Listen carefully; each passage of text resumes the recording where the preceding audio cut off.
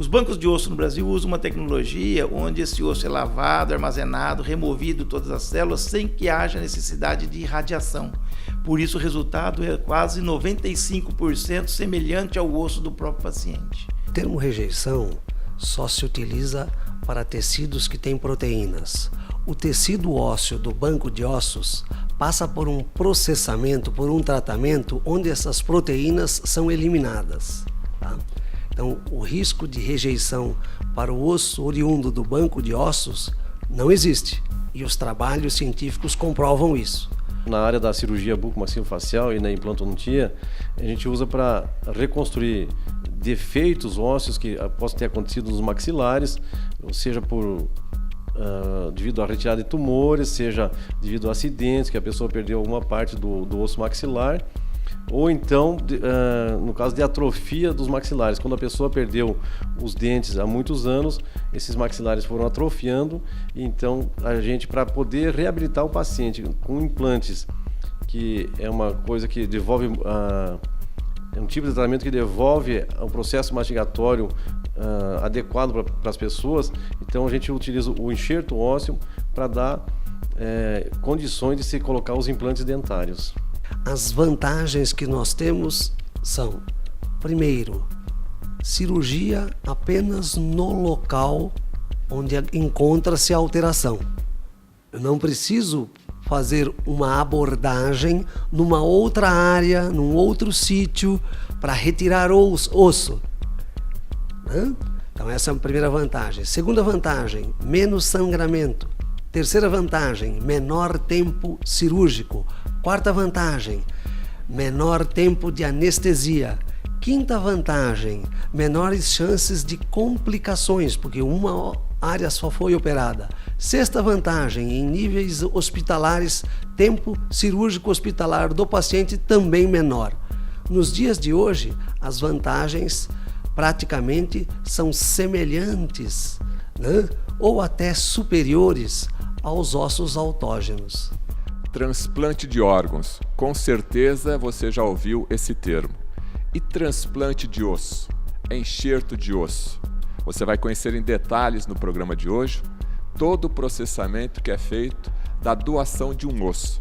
Nós estamos aqui na Universidade de Marília, mais precisamente na Uniós, que é o departamento específico para receber doações de ossos e fazer todo o processamento, que no final pode ser usado desde um implante dentário para fazer um enxerto ósseo ou até mesmo em transplantes ortopédicos. A partir de agora você vai conhecer então como funciona o processamento ósseo.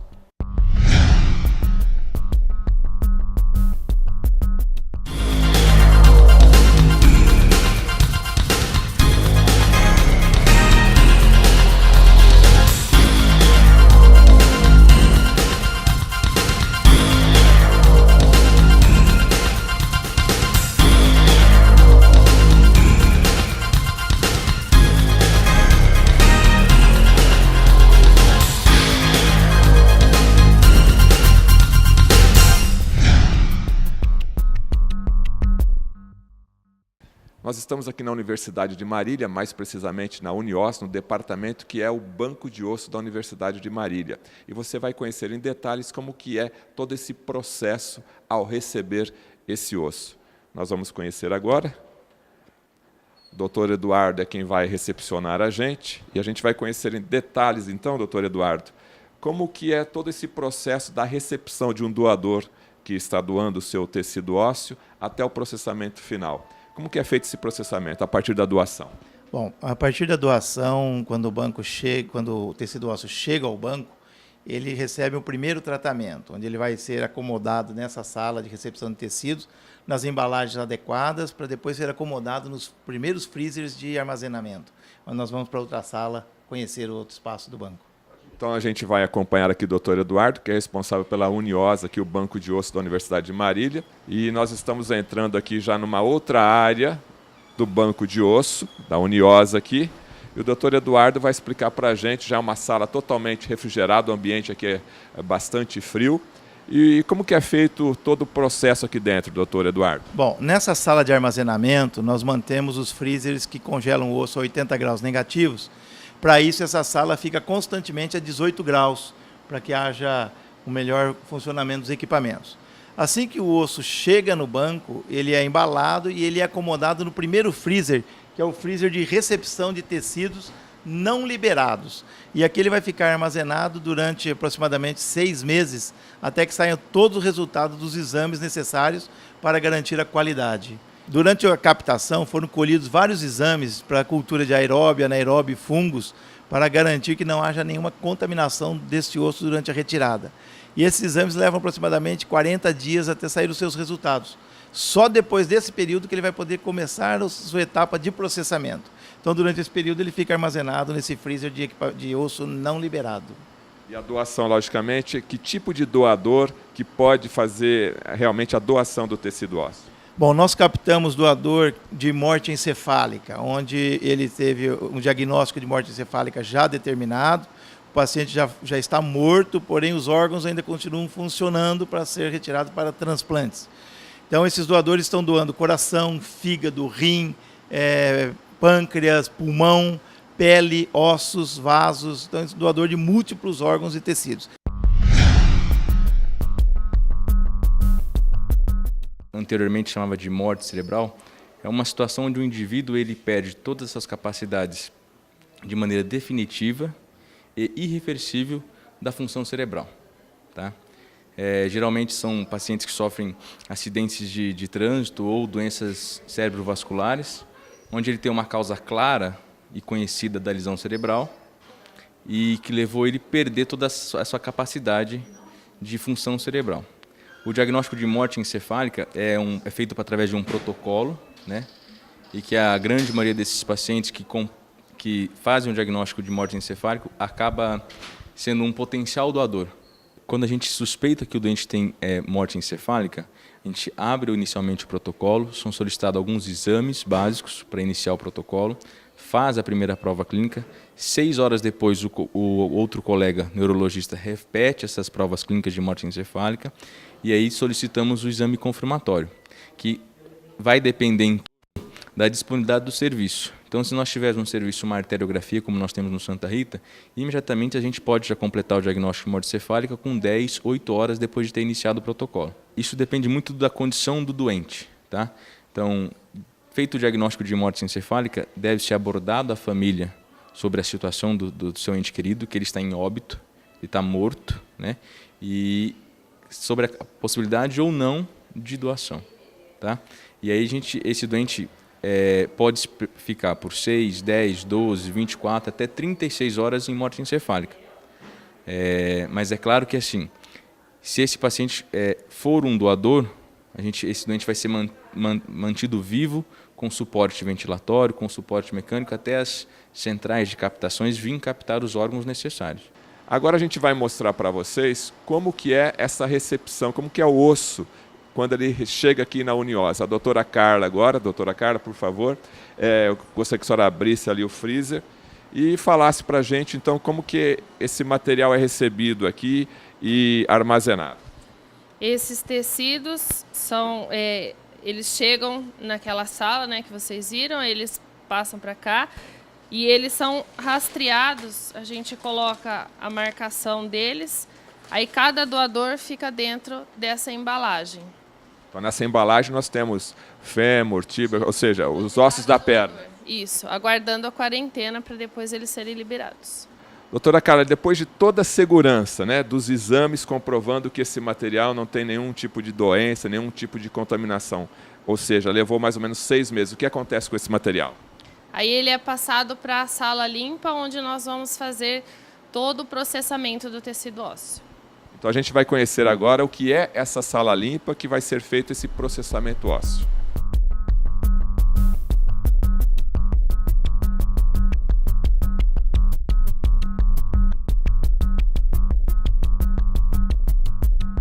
Estamos agora mostrando para você a sala limpa. Doutor Eduardo, o que vem a ser esse ambiente aqui? Bom, esse ambiente é uma sala blindada hermeticamente, onde nós temos desde o ar estéreo, controle de qualidade de ar, controle de qualidade para diminuir riscos de contaminação. Nessa sala, o osso vai ser processado, vai ser removido toda a gordura, toda a cartilagem, todos os tecidos, até que sobre somente a matriz óssea pronta para transplante.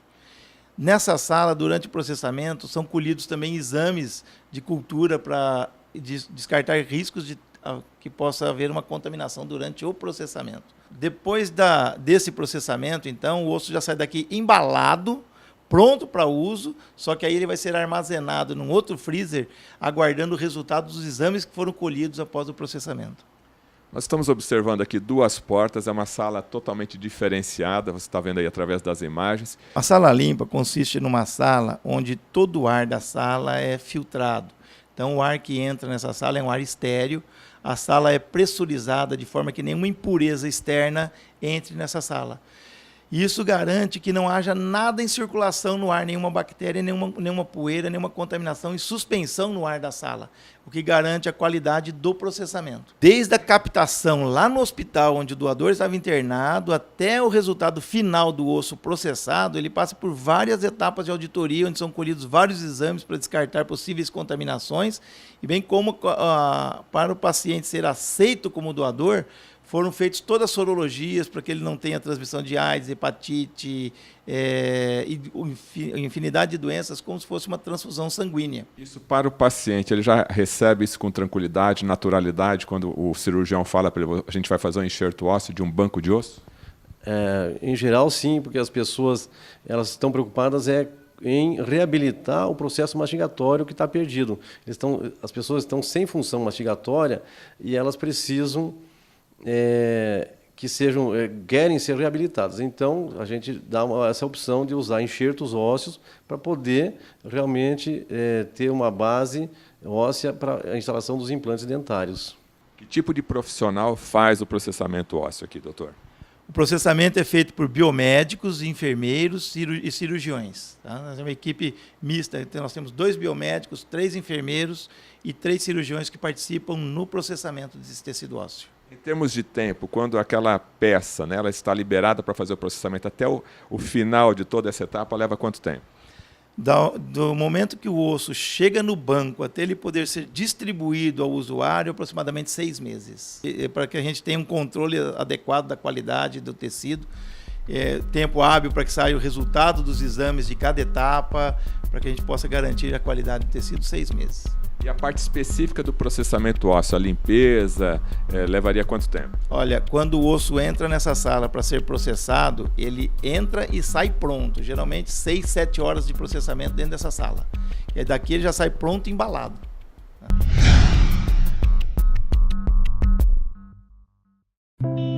Deixo minha visão ao homem que jamais viu o amanhecer nos braços da mulher amada. Deixo meu coração à mulher que vive exclusivamente para fazer o coração de seu filho feliz. Deixo meus rins a pessoas que tiveram seus sonhos interrompidos, mas que ainda os cultivam. Deixo meu pulmão ao adolescente que quer gritar ao mundo mais uma vez: eu te amo! Deixo meu fígado para aqueles que não tinham esperança na recuperação. Deixo ossos, pele e cada tecido meu à criança que ainda não descobriu o que é viver por inteiro. Deixo a você o meu exemplo. Deixo à minha família o desejo de ser um doador. Deixo para a vida, enfim, um recado. Nós vencemos. Seja um doador de órgãos, seja um doador de vidas.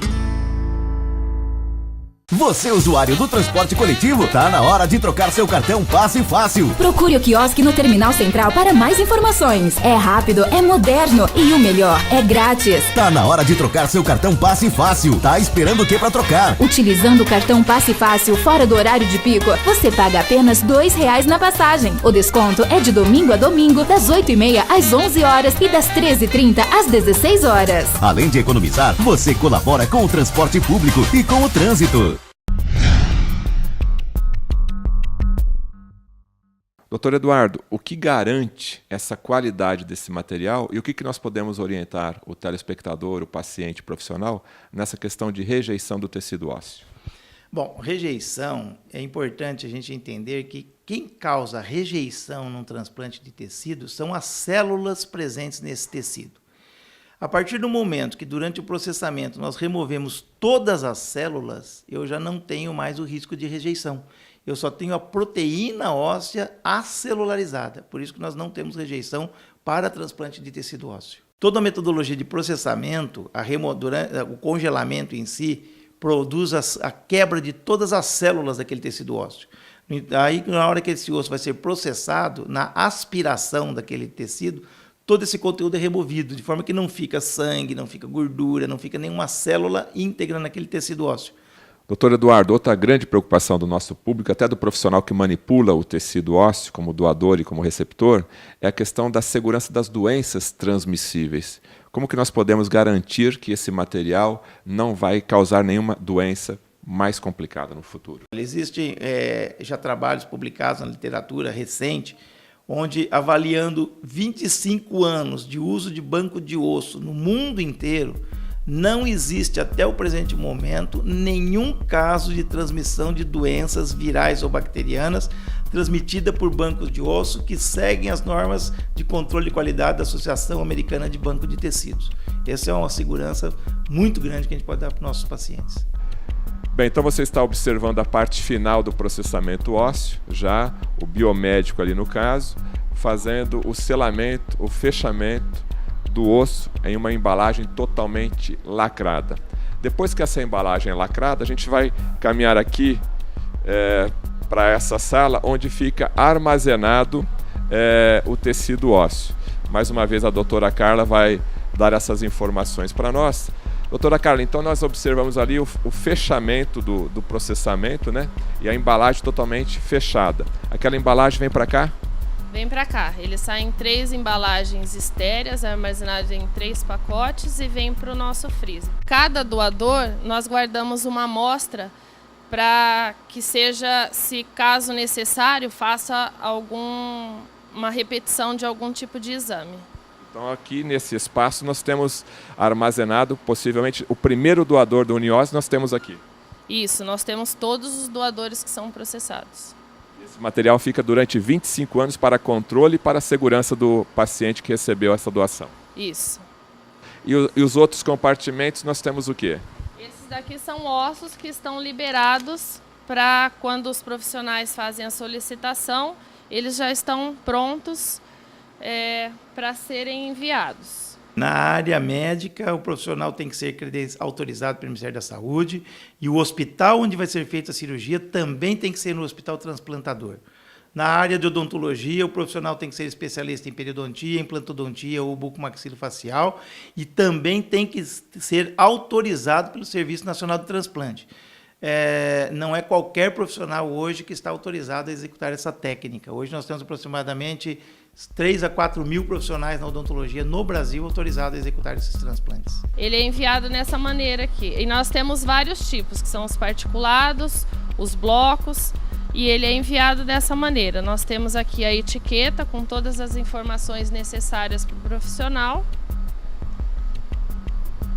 Esse tipo de embalagem é um tipo de produto que está sendo enviado. Isso, que é o tecido que está sendo enviado. Nesse caso, é um córtico medular. O que vai acontecer agora? Um possível receptor pode necessitar desse material em qualquer parte do Brasil. Então, a doutora Carla agora vai mostrar para a gente quando a Uniose recebe esse chamado de um pedido, né, de um material ósseo, de um tecido ósseo. Depois que ele está armazenado, como é que é feito esse armazenamento para o transporte?